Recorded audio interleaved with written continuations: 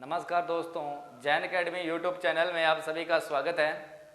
मैं राम। आज आपको बेसिक इलेक्ट्रिकल का एक टॉपिक है पैरेलल कॉम्बिनेशन ऑफ कैपेसिटर। तो अपन आज इसके बारे में डिस्कस करेंगे कि इससे पहले जो वीडियो था उसमें मैंने सीरीज कॉम्बिनेशन ऑफ कैपेसिटर पढ़ाया था। तो आज अपन पैरेलल प्लस इसके साथ सीरीज और पैरेलल के जो मिक्स कॉम्बिनेशन क्वेश्चन आते हैं वो भी अपन इसी वीडियो के अंदर देखेंगे कि प्रीवियस एग्जाम में जो क्वेश्चन पूछे गए हैं वो भी अपन डिस्कस करेंगे और कितने प्रकार से अपने क्वेश्चन बन सकते हैं उनके बारे में अपन इसी वीडियो में डिस्कस करने वाले हैं। तो आप स्टार्ट करते हैं। आप भी हेडिंग डाल दो पैरेलल कॉम्बिनेशन ऑफ कैपेसिटर। देखो, मैं कैपेसिटर को पैरेलल में ऐड करता हूँ दो कैपेसिटरों को। माना कि मेरा फर्स्ट कैपेसिटर ये है और ये अपना सेकंड कैपेसिटर है।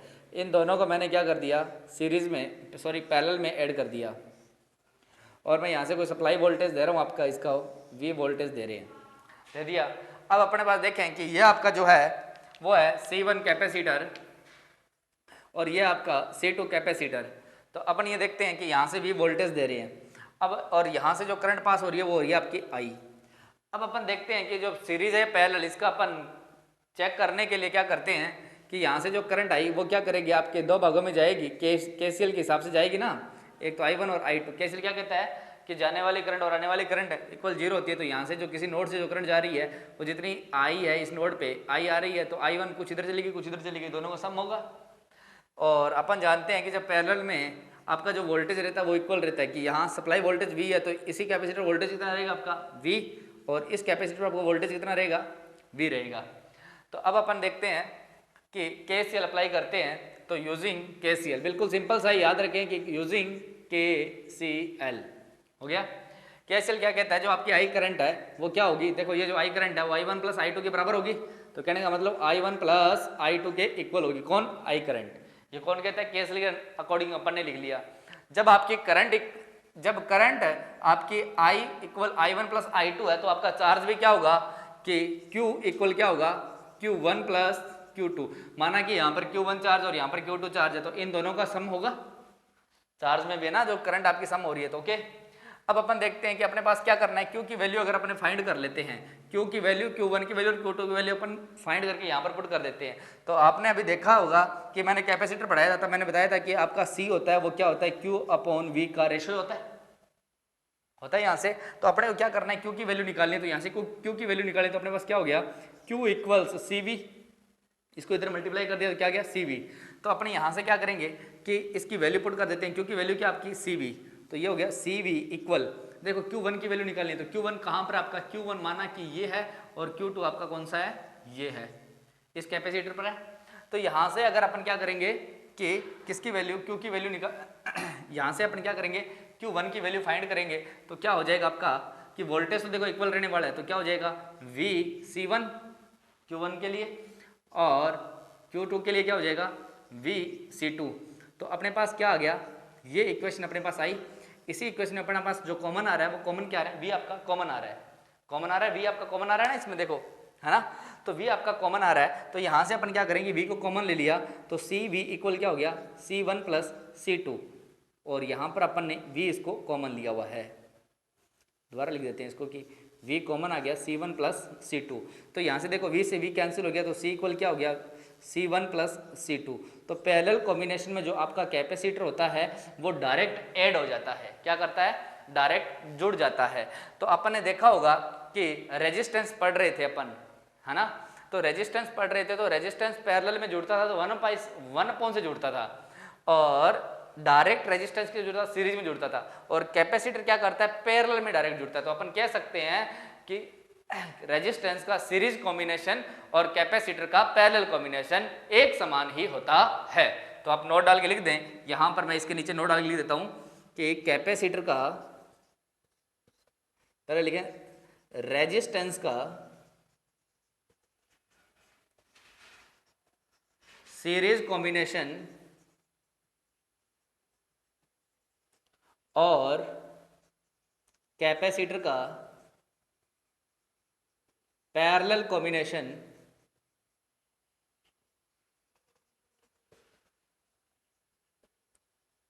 समान होता है। बस फंडे वो यूज करने हैं जो आपको सीरीज में आप यूज कर रहे थे। ओके, तो यहां पर लिख दें समान होता है, यहां पर आपको दिखाई नहीं दे रहा होगा तो मैं इसको जस्ट क्या करता हूँ, ऊपर लिख देता हूँ कि यहाँ से क्या करना है, समान होता है। आपको क्या करना है कि जो आप रेजिस्टेंस सीरीज में फंडे यूज कर रहे थे वो अपन कैपेसिटर में पैरेलल में यूज करेंगे। तो आप एक बार इसका स्क्रीनशॉट लें। बिल्कुल सिंपल सा क्वेश्चन है, आपने क्या करना है, ए और बी के बीच में कुल कैपेसिटेंस याद करते हैं। अपने फॉर्मूला तो निकाल रखा है कि जब पैरेलल में जुड़ा हो तो अपने को क्या फॉर्मूला लगेगा, सी ए बी इक्वल क्या हो जाएगा, सी वन प्लस सी टू। तो सी ए बी अब कितना हो जाएगा, 6 प्लस 6, तो सी ए बी इक्वल कितना गया, 12। देखो माइक्रोफेरेड है ना, तो आपका जो डाटा आएगा वो किस में आएगा, माइक्रोफेरेड में आएगा। ओके हो गया। अब अपन एक चीज और देखते हैं कि यार अगर समान वैल्यू के काफी कैपेसिटर पैरेलल में जुड़े हो, है ना, तो अपन डायरेक्ट आंसर कैसे निकालेंगे। मानो कि यहाँ पर अपने पास तो 2 कैपेसिटर थे तो अपन ने 6 प्लस 6 करके जोड़ लिया। सपोज करो कि आपको कह दे कि 6 माइक्रोफेरेड के 100 कैपेसिटर पैरेलल में जुड़े हो तो कैसे निकालेंगे।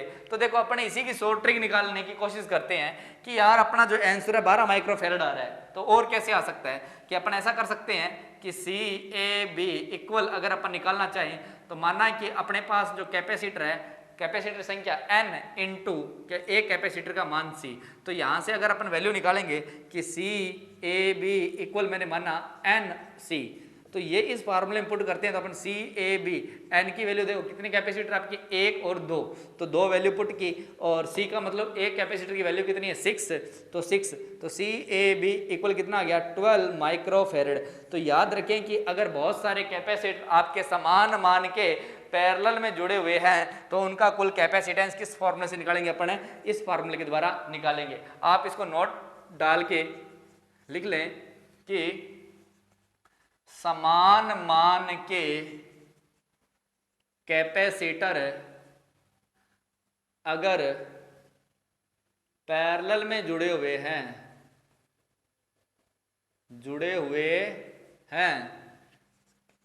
तो उनका कुल कैपेसिटेंस सी एन इंटू सी होगा, जहां एन कैपेसिटर की संख्या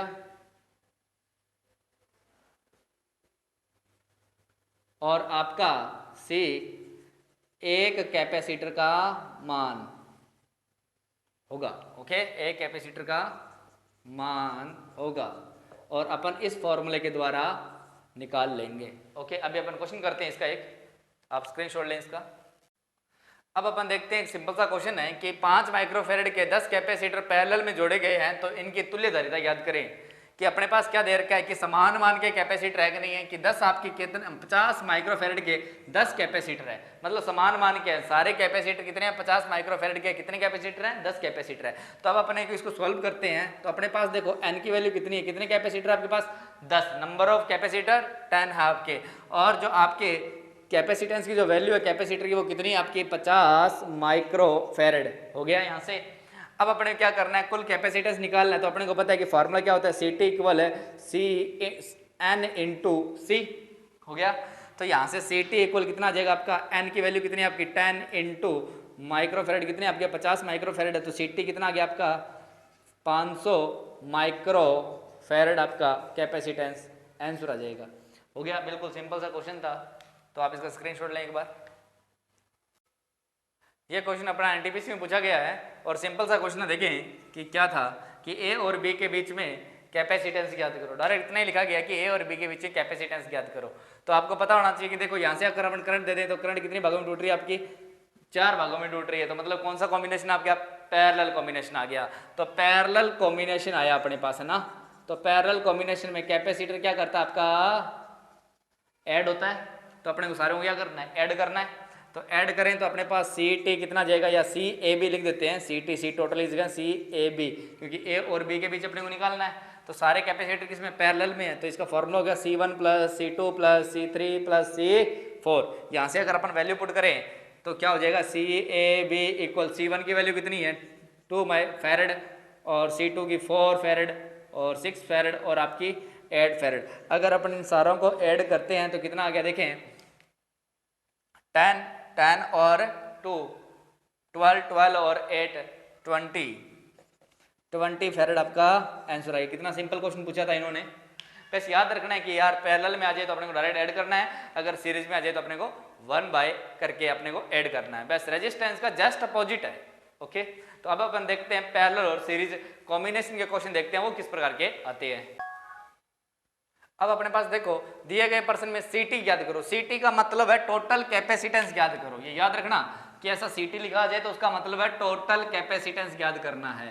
टोटल कैपेसिटेंस अपने को फाइंड करना है। ओके, अब अपन देखते हैं कि इस प्रकार का अगर अपने पास डायग्राम आ गया तो अपने देखो इसमें कौन सा सीरीज और कौन सा पैरेलल अभी अपने को पता नहीं चल रहा है ना।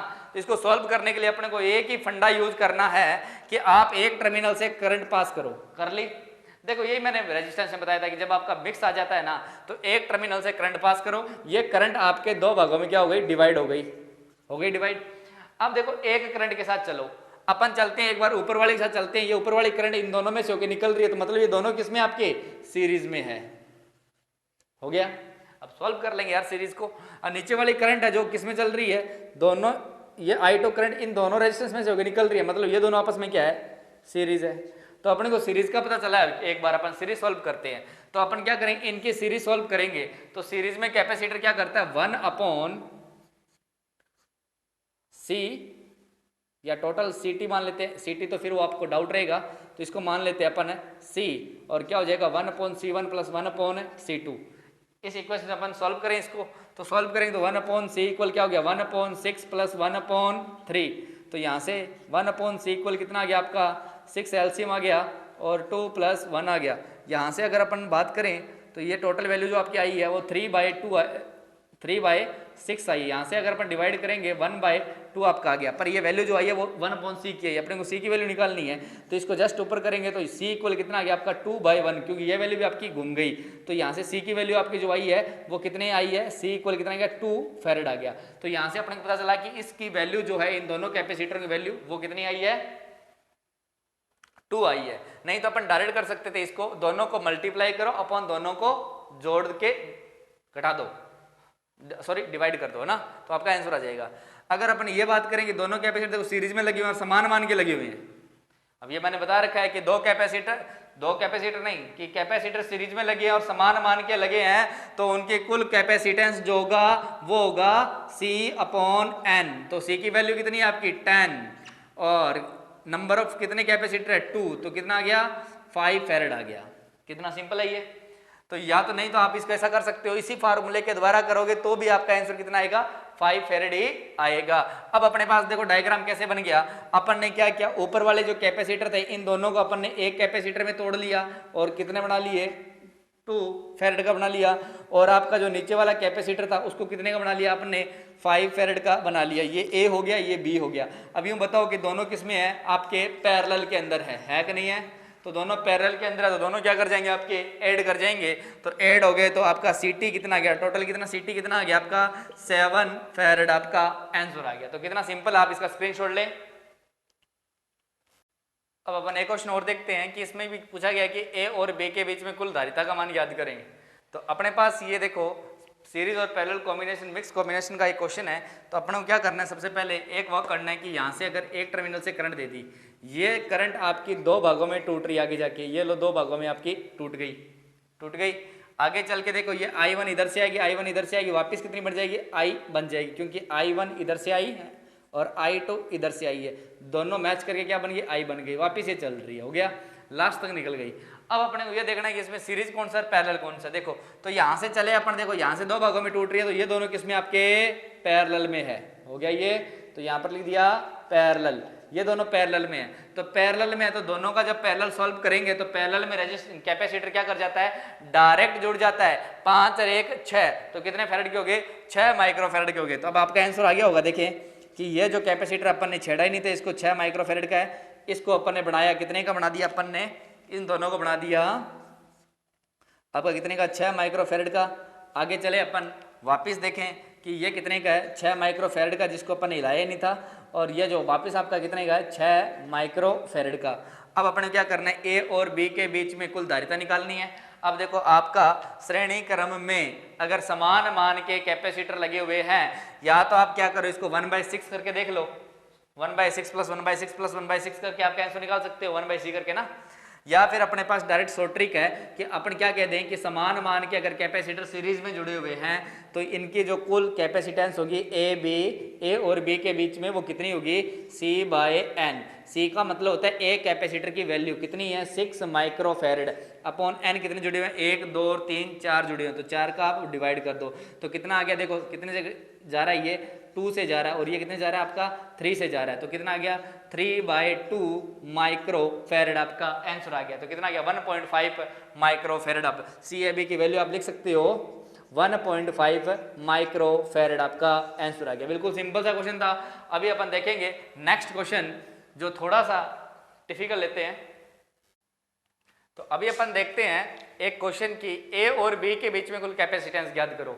तो इस प्रकार का अगर अपने को क्वेश्चन देखना है तो अपन ने ये क्वेश्चन है पैरेलल कॉम्बिनेशन ऑफ रेजिस्टेंस में मैंने जब पढ़ा रहा था तो उस टाइम मैंने ऐसे क्वेश्चन करवाए थे।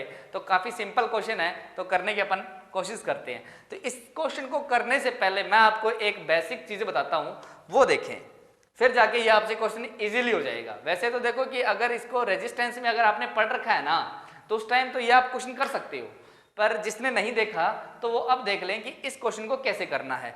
तो मैं एक सिंपल सा एग्जांपल लेता हूं, उसके अकॉर्डिंग मैं आपको समझाता हूं कि माना मैंने क्या है कि एक आपका कैपेसिटर है, ये वाला मान लेते हैं, इसको अपन 2 माइक्रोफैरड का कैपेसिटर है, बहुत छोटा कैपेसिटर है, ये लो, ये आपका ए टर्मिनल और ये आपका बी टर्मिनल है। अब आपको यूं कह दे कि ए और बी के बीच में कुल कैपेसिटेंस ज्ञात करो, मतलब एक क्वेश्चन से आपके 2 क्वेश्चन देखो सॉल्व हो जाएंगे, ये क्वेश्चन भी आपको आने लग जाएगा। अब देखो इस क्वेश्चन को सॉल्व करना है अपने को, तो किस प्रकार करेंगे अपन, अपने को क्या करना है कि यहां से ये याद रखना है जब कोई भी आपका शॉर्ट सर्किट हो जाए कहीं से भी कैपेसिटर, तो उस टाइम क्या करना है, आपको टर्मिनल चलाना है। उसी रेजिस्टेंस में मैंने ये बताया था कि आपको टर्मिनल चलाना है। तो यहां से अगर अपन टर्मिनल चलाएं तो ये टर्मिनल कहां चला गया, ए टर्मिनल यहां पर आ गया। क्यों आ गया, क्योंकि यहां पर कोई भी कैपेसिटर लगा नहीं हुआ। अब देखो ये ए टर्मिनल नीचे जाएगा क्या, ये नीचे नहीं जाएगा क्योंकि आपका नीचे कैपेसिटर लगा हुआ है, ये कैपेसिटर से डर रहा है। एक टर्मिनल जो है ये क्या करेगा, आगे जाएगा। ए टर्मिनल यहां पर आ गया, क्यों कोई कैपेसिटर नहीं था, ए टर्मिनल भाग के कहां गया, यहां पर आ गया। अब ए टर्मिनल कहां गया, यहां पर आ गया, क्यों यहां तक तो कोई आपका कैपेसिटर था नहीं। ऊपर जाएगा क्या, नहीं जाएगा, क्यों वापस कैपेसिटर आ गया। ये ए कहां पर भाग गया, बी के पास में है, तो ए और बी के बीच में कुल कितना कैपेसिटेंस है, 0। याद रखें ए और बी के बीच कुल कितना कैपेसिटेंस है, 0। अब इसी फंडे से अपन क्या करेंगे, इस क्वेश्चन को सोल्व करेंगे। यह भी आप ध्यान में रखना कि इस क्वेश्चन को भी ध्यान में रखना, क्यों इसी क्वेश्चन के अकॉर्डिंग अपन इस क्वेश्चन को करने वाले हैं।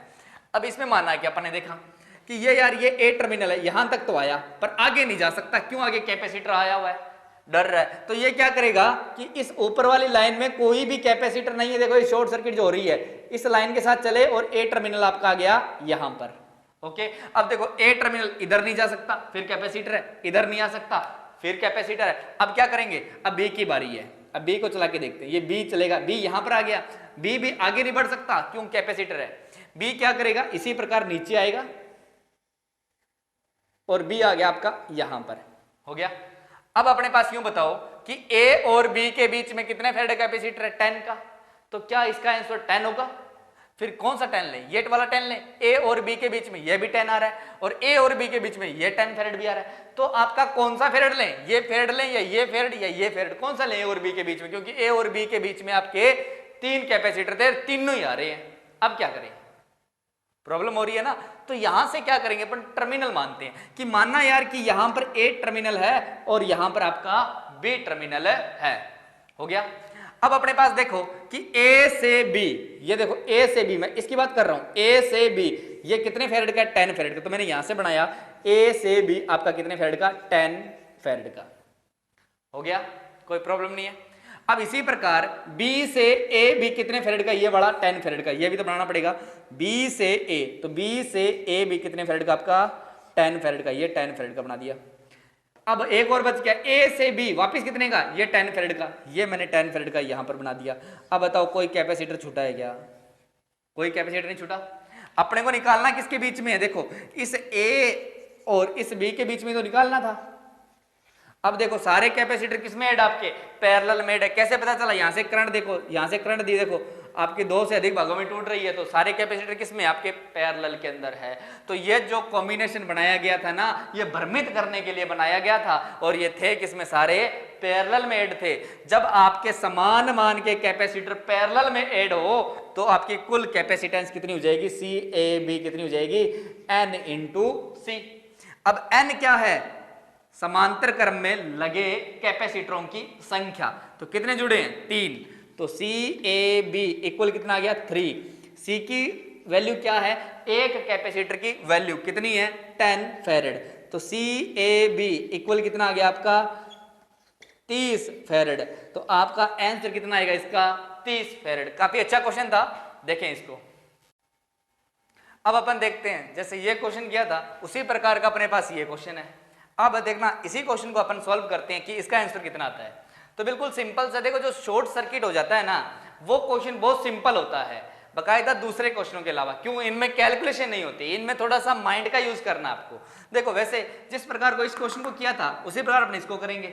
इसमें अपन ने टर्मिनल चलाए थे, इसमें भी अपन टर्मिनल चलाते हैं। देखते हैं क्या होता है कि देखो यार कि यहां से ये ए टर्मिनल है, ये चला और यहां तक आया, ए यहां तक पहुंच गया, हो गया। अब ये ए टर्मिनल नीचे उतरेगा क्या, नहीं उतरेगा, क्यों, कैपेसिटर आ गया। देखो ये ए टर्मिनल आगे बढ़ा था क्या, नहीं बढ़ा था ना, क्योंकि कैपेसिटर आ रहा था। इसी प्रकार ये ए इस लाइन के नीचे नहीं उतरेगा, मैंने क्रॉस लगा दिया, इसीलिए मैं यहां पर आपको क्रॉस लगा देता हूं कि इस लाइन में ए नहीं उतरेगा। क्यों नहीं उतरेगा, कैपेसिटर ऐड है। अब देखो इस ब्रांच में जाएगा क्या, ए नहीं जाएगा, क्योंकि आगे कैपेसिटर, इसमें मैं क्रॉस लगा देता हूं। अब अपने पास इस ए के पास में ये ब्रांच बची है, इसमें कोई भी कैपेसिटर नहीं है, तो ए यहां पर भाग के आ गया। अब देखो ये कैपेसिटर ए ऊपर जाएगा क्या, नहीं जाएगा। क्यों, ए टर्मिनल ऊपर क्यों नहीं जाएगा, क्योंकि ऊपर कैपेसिटर है। ए कहां पर भाग के आ गया, ए भाग के आ गया आपका यहां पर भाग के आ गया, आ गया। अब यूं बताओ यार कि ए और बी के बीच में कितने कैपेसिटर है। तो देखो कि ए और बी के बीच में ये एक ही कैपेसिटर बन रहा है, और देखो ये कैपेसिटर किसके बीच में आ रहा है, ए और ए के बीच में आ रहा है। तो ये ऐड होगा क्या, नहीं होगा। ए और ए के बीच में दो कैपेसिटर आ रहे हैं, ये भी ऐड नहीं होगा। तो यहां से अपने को पता चला कि ए और बी के बीच में जो कैपेसिटर है वो कितने फैरेड का है, 6 मिली फैरेड का है। तो इसका आंसर कितना आएगा, 6 मिली फैरेड। दोबारा देखें इस क्वेश्चन को, क्योंकि काफी अच्छा क्वेश्चन है।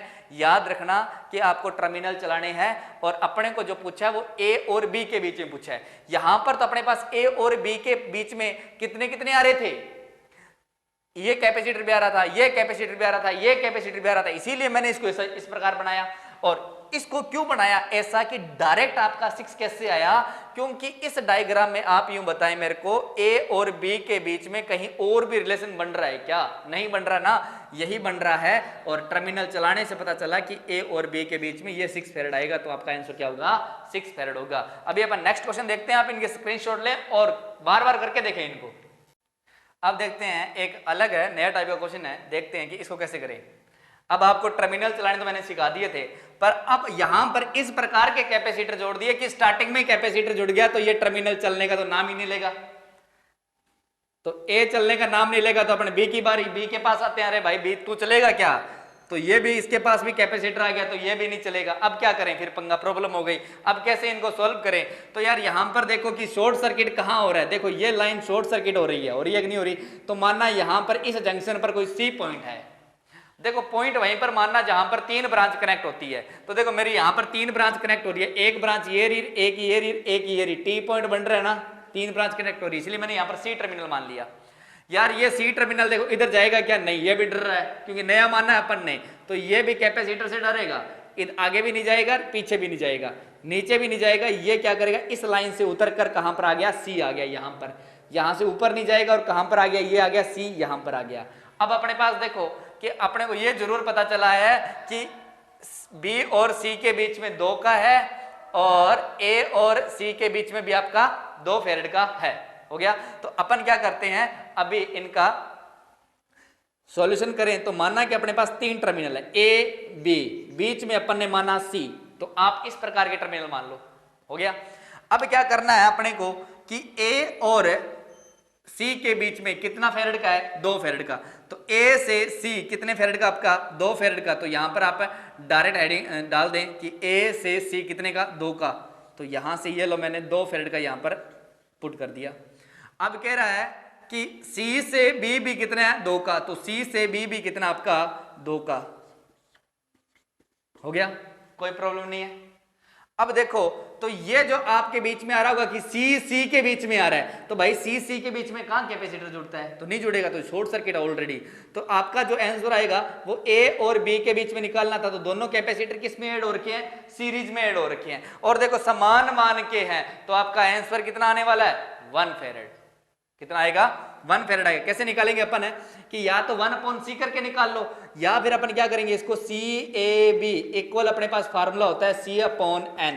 देखो C की वैल्यू कितनी है 2 और कितने जुड़े हुए हैं 2, तो इक्वल कितना आ गया 1 फेरेड। ओके, अब देखो इसका आंसर 1 फेरेड आ गया। अब आपको डाउट आ रहा होगा इसमें कि सर ये बीच वाला काम में क्यों नहीं आया। देखो मैं बनाता हूं, इसका डायग्राम बना के दिखाता हूं। देखो वापिस है कि अगर आपको इस तरह से समझ में नहीं आए तो आप ऐसा करना कि ये कैपेसिटर है और ये कैपेसिटर है, ये ए टर्मिनल था, ये बी टर्मिनल था, ये भी 2 फेरेड का और ये भी आपका 2 फेरेड का है। बीच में आपने क्या डाल रखा है 4 फेरेड का कैपेसिटर डाल रखा है। देखो यहां से आप देखो शॉर्ट सर्किट कर रहे हो ना, तो मैं यहां से शॉर्ट सर्किट करता हूं तो ये कैपेसिटर काम में आएगा क्या, नहीं आएगा ना, ओपन सर्किट है, हो गया ओपन सर्किट, तो ये काम में नहीं आएगा। तो आपका क्या हो गया दोनों सीरीज में, तो हमारा यहां पर सीरीज ही तो जोड़ा है, आंसर हो गया। तो आप इसका स्क्रीनशॉट ले, फिर अपन नेक्स्ट क्वेश्चन देखते हैं। इससे पहले अपन ने एक क्वेश्चन देखा था कि अपन क्या कर रहे थे, कोई पॉइंट आ रहा था तो वहां टर्मिनल लेके जा रहे थे ना। अभी अपन क्या करेंगे, एक अपने पास वैसा ही क्वेश्चन है और थोड़ा सा दिखने में देखो अजीब सा दिखाई दे रहा है, पर ये बिल्कुल सिंपल सा क्वेश्चन है। अपने क्या करना है, इसमें ए और बी के बीच में टोटल कैपेसिटेंस याद करना है। पहले देख लेते हैं इनकी वैल्यू, देखो देखी नहीं होगी, यहाँ पर लिखा हुआ है एच कैपेसिटर वैल्यू ऑफ 2 फेरेड, मतलब प्रत्येक कैपेसिटर की वैल्यू कितनी फेरेड माननी है, आपको 2 फेरेड माननी है। ओके, तो करें स्टार्ट फिर।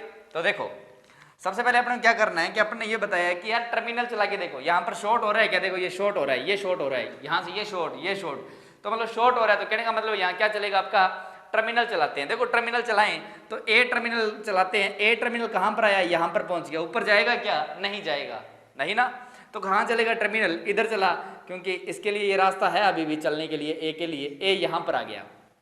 इधर जाएगा क्या, नहीं जाएगा, क्योंकि कैपेसिटर आ गया, कैपेसिटर से डर रहा है, ये ऊपर चला गया, ये टर्मिनल देखो यहाँ पर आ गया। अब देखो ये फंस गया, नीचे भी नहीं जा सकता आगे भी नहीं जा सकता, ये ए टर्मिनल फंस गया, तो अपन छोड़ देते हैं, बी की बारी, बी को चला लेते हैं। देखो बी टर्मिनल यहाँ तक चला, ऊपर नहीं जाएगा, कहाँ चला, ये बी यहाँ पर आ गया, इधर आएगा क्या, नहीं आएगा, कहाँ चलेगा, ये चला गया यहाँ पर, ये हो गया आपका बी, हो गया। अभी भी देखो आपको मैंने एक चीज बताई थी, जहां पर टी पॉइंट बनता हो, कम से कम आपका टी पॉइंट बनना चाहिए, या फिर देखो यहाँ पर क्या बन रहा है, क्रॉस बन रहा है, देखो टी बन रहा है और एक तार ऊपर भी जा रही है ना, तो यहाँ पर आपको टर्मिनल मानना पड़ेगा। माना कि मैंने सी टर्मिनल है, मानते ही फंस गया टर्मिनल, ऊपर नहीं जा सकता, इधर नहीं जा सकता, नीचे नहीं जा सकता, इधर नहीं जा सकता, फंस गया ना, कोई दिक्कत नहीं है। आगे चलते हैं, ऐसा जंक्शन और कहाँ बन रहा है, यहाँ पर बन रहा है, यहाँ पर मैंने मानना कोई डी टर्मिनल है। अब देखो अपन ने ऐसा कोई नोड और नहीं बन रहा, बस हो गया। अब अपने क्या करना है कि अपन लिख लेते हैं कि यार अपन ने क्या माना है कि ए और बी 2 टर्मिनल तो पहले दिए गए थे, अपन ने सी और डी माना है, तो बस अपने क्या करना है, माने कि ए और आपका बी कोई टर्मिनल था, इनके बीच अपने कैपेसिटेंस निकालना है। अब अपन ने माना क्या, देखो सी के ऊपर सर पे क्या सी मानना था, तो ए के सर पे क्या मान लिया सी, और बी के सर पे क्या है डी, तो ये मान लिया अपन ने डी। हो गया, यहां तक क्लियर है, कोई प्रॉब्लम नहीं होनी चाहिए। अब अपन देखते हैं, वही रूल लगाते हैं, लिखना स्टार्ट करते हैं। देखो अलग पेन से मैं डिनोट कर रहा हूं, इसको ध्यान रखना कि अपन ने कौन कौन सा कैपेसिटर ले लिया। देखो सबसे पहले अपन ये वाला लेते हैं कि ए से सी के बीच में कैपेसिटर लगा, मैं क्रॉस कर रहा हूं, क्रॉस करने का मतलब मैंने यहां पर ले लिया है। ओके, तो ए से सी मैंने ले लिया है, तो ए से सी आपका एक कैपेसिटर लगा दो, ये लो, और यहां पर वैल्यू लिखते रहते हैं अपन 2 फेरेड, याद रहेगा, क्योंकि एच कैपेसिटर वैल्यू 2 है। ये ले लिया, तो अब ए से सी वापिस कितने का, ये 2 फेरेड का, तो ए से सी दोबारा ले लेते हैं अपन है, ए से सी कितने फेरेड का आपका 2 फेरेड का, हो गया, ये कंप्लीट हो गया। अभी वापिस देखो ए से सी ये भी आ रहा है, ये भी कितने का 2 फेरेड का, तो वापिस अपन लेते हैं ए से सी आपका कितने फेरेड का 2 फेरेड का, यहां तक अपने पास हो गया। अब अपन आगे देखते हैं कि और क्या दिया गया है कि वापस देखो ए सी से डी भी आपका कितने फेरेड का, 2 फेरेड का। तो अब सी से डी देखो, तो यहां से अपन मानते हैं कि सी से डी भी कितना आपका 2 फेरेड का। ये लो सी से डी भी 2 फेरेड का लगा दिया, ये भी आपका कैंसिल हो गया। अब ऊपर चलते हैं, ए से बी भी कितने फेरेड का, 2 फेरेड का। तो अब ए से बी का है यहां से, तो ए से बी भी आपका कितना 2 फेरेड का। सिंपल है ना, कोई दिक्कत नहीं है। जो चीजें वहां पर मेंशन है वो मैं यहां पर ऐड करता जा रहा हूं। देखें, अब देखें कि डी से बी ये भी 1 फेरेड का, तो डी से बी है, तो डी से बी ये रहा, ये 2 फेरेड का, ये हो गया। डी से बी ये भी 2 फेरेड का, डी से बी 2 फेरेड का बनाना है, 2 फेरेड का। और वापिस डी से बी ये फेरेड का, तो डी से बी आपका ये भी 2 फेरेड का। आपने डायग्राम बना लिया होगा, कोई प्रॉब्लम नहीं है। देखो ऐसा कोई भी कैपेसिटर है जो मैंने छोड़ा है नहीं है ना, सारे के सारे मैंने यहां पर ले लिए। अब देखो ऐसा डायग्राम बनाने से फायदा क्या हुआ, अपन समझ सकते हैं कि कौन सा सीरीज में कौन सा पैरेलल में है। यहां से आप बता सकते हो क्या कौन सा सीरीज में कौन सा पैरेलल में। यहां से आप बता सकते हो कि सर तीनों पैरेलल में है, ये तीनों पैरेलल में है, ऐसे बता सकते हैं ना। तो वैसे ही देखें कि अब अपने को देखना है कि यार डाटा निकालना किसके बीच में था। अपने को डाटा निकालना है ए और बी के बीच में निकालना था। मैंने यहां पर ए माना रखा था और यहां पर मैंने क्या मान रखा है, बी मान रखा है। अब इन दोनों के बीच में निकालना है, आराम से निकाल सकते हैं। देखो कैसे, अब ये तीनों जो है आपके किस में है, पैरेलल में है। किसमें है, ये समांतर क्रम में है। और ये तीनों भी किसमें, आपके पैरेलल में दिखाई दे रहा है ना, डायरेक्ट दिखाई दे रहा है अपने को। ये किसमें है, पैरेलल में। हो गया। अब अपन क्या करेंगे, इनका सॉल्व करते हैं। तो इन दोनों तीनों का अगर पैरेलल सॉल्व करेंगे तो देखो पैरेलल में डायरेक्ट कैपेसिटर आपका जुड़ जाता है। तो डायरेक्ट कितना गया, 6 फेरेड। तो इन तीनों की वैल्यू कितनी आ गई, 6 फेरेड। अब इन तीनों की वैल्यू कितनी आएगी, 2 + 2 + 2 = 6 फेरेड। हो गया। तो अपना जो नया डायग्राम बनेगा वो किस प्रकार बनेगा, वो देखें कि अपन ने क्या किया कि इन तीनों को मिलाकर कितने फेरेड का बना लिया, 6 फेरेड का बना लिया। और फिर एक इधर कैपेसिटर जा रहा है, ये कितने फेरेड का, आपका 2 फेरेड का है। और फिर यहां से आपने क्या कर लिया, 6 फेरेड का फिर बना लिया ये वाला। और यहां से यहां तक कितने फेरेड का, आपका 2 फेरेड का है। ये लो ए टर्मिनल है और ये आपका बी टर्मिनल है। अब अपन निकाल सकते हैं, बिल्कुल सिंपल डायग्राम है। अब देखें कि यहां से अगर अपन करंट पास करते हैं तो ये जो तीनों जो आपके आ रहे हैं, ये तीनों ये किस कॉम्बिनेशन में है, सीरीज में है कि नहीं है। देखो यहां से जो करंट जाएगी इन तीनों में से होकर निकलेगी, तो ये तीनों किसमें है, सीरीज में। अब अपन इन तीनों का सीरीज सॉल्व करते हैं और अपना आंसर आ गया। तो तीनों का जब सीरीज सॉल्व करेंगे तो कैसे निकालेंगे अपन, कि जब सीरीज सॉल्व करते हैं तो 1/में अपन जोड़ते हैं। तो यहां पर मैंने लिखा कि 1/c = 1/6 + 1/2 + 1/6। तो 1/c = एलसीएम आ गया 6 + 3 + 1। तो 1/c = आ गया कितना, 2 और 3 5, 5/6 हो गया, कोई प्रॉब्लम नहीं है। तो c = कितना आ गया, 6/5, क्योंकि अपन सीधा करते हैं, वापस अपने c की वैल्यू निकालनी है। तो यहां से अगर इनका वैल्यू सॉल्व करेंगे तो अपने पास कितनी आ जाएगी, 6/5 आ जाएगी, इनकी आ गई। अब अपने पास सिंपल डायग्राम है। और सिंपल डायग्राम कैसे बनेगा कि मैं यहां पर बना देता हूं, अगर आपको दिखाई दे रहा है तो थोड़ा देखें टेक्निकल टीम से कि यहां तक बोर्ड काम कर रहा है क्या। तो यहां तक बोर्ड काम कर रहा है, कोई प्रॉब्लम नहीं है। तो यहां पर अपन डायग्राम बना देते हैं। तो यहां से क्या करें कि इन तीनों की वैल्यू अपन ने कितनी निकाली, 6/5। तो अपन लिख देते हैं कि ऊपर की जो वैल्यू है वो है 6/5। और जो नीचे का जो आपका 2 ओम का कैपेसिटर लगा हुआ है, ये लो मैंने कितने ओम का कैपेसिटर लगा दिया, कितने फेरेड का, 2 फेरेड का। ये ए टर्मिनल है और ये आपका बी टर्मिनल है। दोनों देखो किसमें है, पैरेलल में है। दोनों पैरेलल में है, तो दोनों पैरेलल में है तो क्या कर लेंगे, दोनों ऐड हो जाएंगे। तो दोनों ऐड हो जाएंगे तो डायरेक्ट जोड़ लो, 6/5 + 2। तो कितना आंसर आ गया, 6 + 10/5 = कितना आ गया, 16/5 फेरेड। जो आपका आंसर आएगा इसका वो कितना आएगा, 16/5 फेरेड। बिल्कुल सिंपल सा है, 1-2 बार आप ट्राई करें, आराम से क्वेश्चन आपका हो जाएगा, कोई दिक्कत नहीं है। आप स्क्रीनशॉट लें एक बार।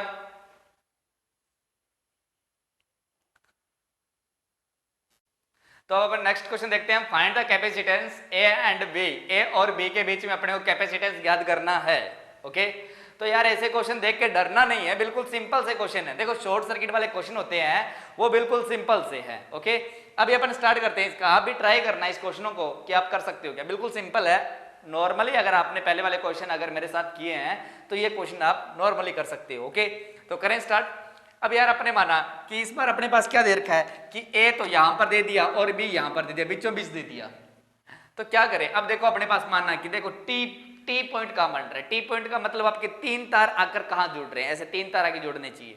तो 3 तार आके यार एक तो यहां पर जुड़ रहा है, तो ये सी मान लिया मैंने। तो ये सी इधर नहीं जा सकता, इधर नहीं जा सकता, आगे चल तो सकता है, तो ये चलता हुआ कहां पर आ गया, सी यहां पर आ गया और सी यहां पर आ गया। मतलब सी क्या करता है, जहां पर कैपेसिटर नहीं लगा वहां तक ये चल सकता है। मैं इस अंडरलाइन के द्वारा आपको डिनोट कर रहा हूं। यहां आ गया, ऊपर नहीं जा सकता, कैपेसिटर आ गया, और यहां पर आ गया, ऊपर नहीं जा सकता, कैपेसिटर आ गया। ए तो चल भी नहीं सकता क्योंकि चारों तरफ कैपेसिटर हो गया। अब अपन ने क्या किया, एक पॉइंट माना अपन ने सी। देखो बिल्कुल सिंपल सा है, कोई प्रॉब्लम नहीं है। देखें कि आपने क्या माना कि ये ए टर्मिनल है और ये आपका बी टर्मिनल है। देखो ए और बी के बीच में अपन ने सी मान लिया, हो गया। अब देखिए मैं एक एक कैपेसिटर यहां पर डिनोट करूंगा और मैं क्रॉस करता रहूंगा, जो आपको इंडिकेट रहेगा कि आपने कौन सा लिया और कौन सा नहीं लिया। देखें तो देखो सबसे पहले अपन इसी को पकड़ लेते हैं और इसको पकड़ते हैं। तो ए और सी के बीच में कितना, 3 फैरेड का। तो आपको ए और सी ये दिखाई दे रहा, तो यहां पर डालो ए और सी के बीच में कितने फैरेड का, 3 फैरेड का, हो गया। अब अपने पास देखो कि यहां से और देख लेते हैं, सी और ए के बीच में भी कितने का, 7 फैरेड का। तो सी से ए लिख लो, प्लस ए से सी लिख लो, कितने फैरेड का आपका, ये भी आपका 7 फैरेड का, हो गया। कोई प्रॉब्लम नहीं है। आगे आगे देखते हैं, इसको लिख लेते हैं, ए से बी कितने फैरेड का आपका, 6 फैरेड का। तो ए से बी, ये रहा ए से बी कितने का आपका, 6 फैरेड का, ये कैंसिल हो गया। बी से सी कितने फैरेड का, 8 फैरेड का। तो बी से सी कितने फैरेड का, 8 फैरेड का। तो यहां से लिख दें कि बी से सी 8 फैरेड का, और वापिस बी से सी 2 फैरेड का। तो बी से सी भी कितने फैरेड का, 2 फैरेड का। ये थोड़ा ध्यान रखें क्योंकि मेरा थोड़ा सा ड्राइंग कमजोर है, तो डायग्राम आपका इसी प्रकार से बना और आप इसको अच्छी तरह से बना ले। ओके, तो अब अपन देखते हैं कि अपने को ए और बी के बीच में कैपेसिटेंस निकालना है। तो देखो सारे कैपेसिटर ले लिए क्या, पहले तो ये देखो ये 8 ओम का ले लिया अपन ने। ओके, तो सारे कैपेसिटर अपन ने क्रॉस कर लिए, मतलब सारे यहां पर जोड़ लिए। अब अपने को निकालना क्या है, थोड़ा सा लंबा टर्मिनल मान लेते हैं जो इजी रहता है। ये सारे कनेक्ट यहां हो रहे थे और यहां पर माना अपन ने बी। ए और बी के बीच में कुल कैपेसिटेंस ज्ञात करना है। तो यहां से आपको इंडिकेट हो रहा होगा कि ये दोनों किस में लगे हुए हैं, आपके पैरेलल में लगे हुए हैं। दोनों कैपेसिटर पैरेलल में लगे हैं, तो पैरेलल में टोटल कैपेसिटेंस क्या होगा, डायरेक्ट जुड़ जाएगा, 10 फैरेड, हो गया। इसी प्रकार ये दोनों किस में आपके, वापिस किस में है, पैरेलल में। और पैरेलल कितना हो गया, 8 + 2 = 10 फैरेड। कोई प्रॉब्लम नहीं है, इधर भी 10 आ रहा है उधर भी 10 आ रहा है, इजी क्वेश्चन जा रहा है। आगे चले तो अपने पास जो डायग्राम बनेगा वो किस प्रकार बनेगा। देखो ये ए टर्मिनल था, यहां से अगर ऊपर कैपेसिटर जा रहा है वो कितने फैरेड का हो रहा है, आपका टोटल है 10 फैरेड का। तो ये लिख दिया मैंने 10 फैरेड का, हो गया।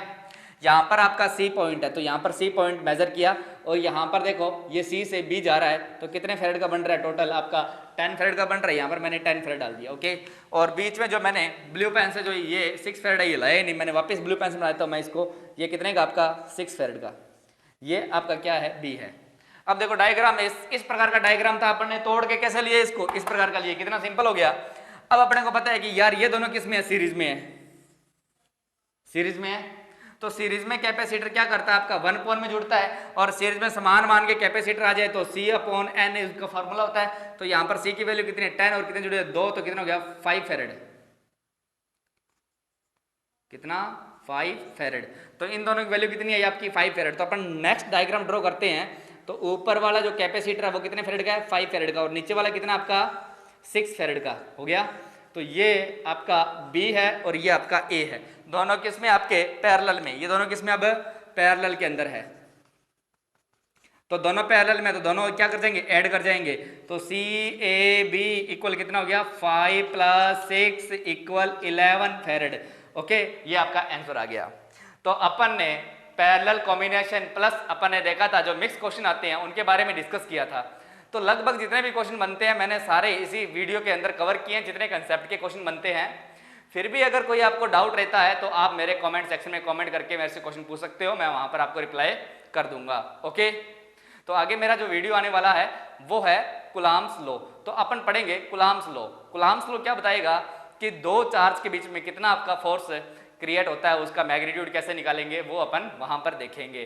तो उस वीडियो को देखने के लिए आप सब्सक्राइब करें और बेल आइकन का बटन दबाएं। Okay, bye bye.